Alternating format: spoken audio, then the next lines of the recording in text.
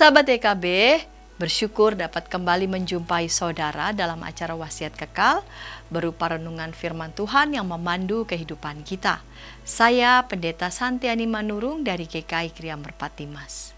Renungan kita pada hari ini, Senin 19 Mei 2025 ditulis oleh Pendeta Hariman Apatiana Kota dengan judul Kasih Persahabatan yang dilandaskan pada kitab 1 Samuel 20 ayat 1-23 dan dilanjutkan ayat 35-42. Saya akan menjadi pusat perenungan kita adalah 1 Samuel 20 ayat 4. Sebelum membaca dan merenungkan firman Tuhan, mari kita berdoa. Mengawali hari yang baru ini ya Bapa, kami mau bertekun membaca firman-Mu. Bimbing dan sertai kami, dalam Kristus kami berdoa. Amin.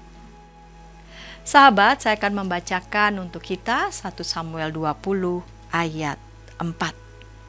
Yonatan berkata kepada Daud, apapun keinginan hatimu akan kulakukan bagimu. Sahabat, akhir-akhir ini banyak relasi sosial yang diwarnai oleh kebencian.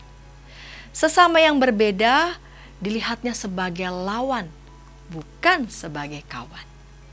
Persaingan dan kebencian bisa kita lihat di dunia kerja, dalam percaturan politik, bahkan dalam kehidupan pelayanan. Kita membutuhkan nilai dan perspektif yang lain, bukan kebencian melainkan persahabatan. Daud dan Yonatan memberikan kepada kita contoh relasi persahabatan yang patut ditiru. Sebab mereka menjalin persahabatan di atas dasar kasih yang tulus. Mereka saling menghargai dan menerima.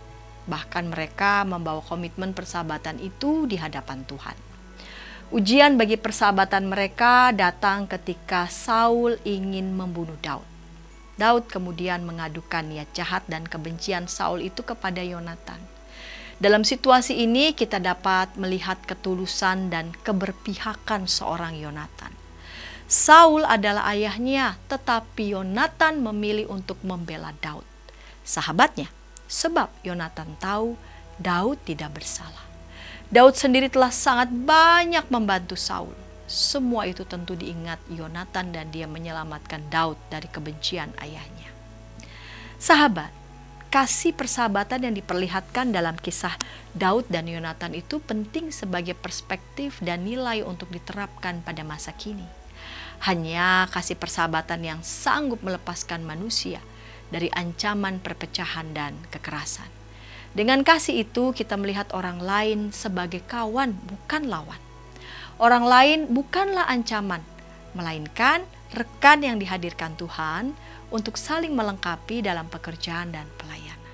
Jika ada di antara sahabat EKB TV ingin didoakan, dapat menyampaikannya ke nomor 081281889191. Mari kita berdoa. Bapa di surga, ajar kami agar kami boleh memandang orang-orang yang dihadirkan dalam hidup kami, entah itu dalam keluarga, pekerjaan maupun juga gereja, sebagai rekan-rekan yang akan ikut menopang kami dan yang akan ikut juga saling mengisi. Sehingga relasi yang kami jalani bukanlah relasi merasa kami saling bersaing ataupun kami merasa disaingi, melainkan boleh terciptalah relasi saling mendukung, menopang, saling melengkapi. Dalam Kristus kami berdoa. Amin. Sahabat, demikian renungan kita hari ini. Jangan lupa subscribe, like, dan bagikan kepada sebanyak mungkin orang. Tuhan memberkati.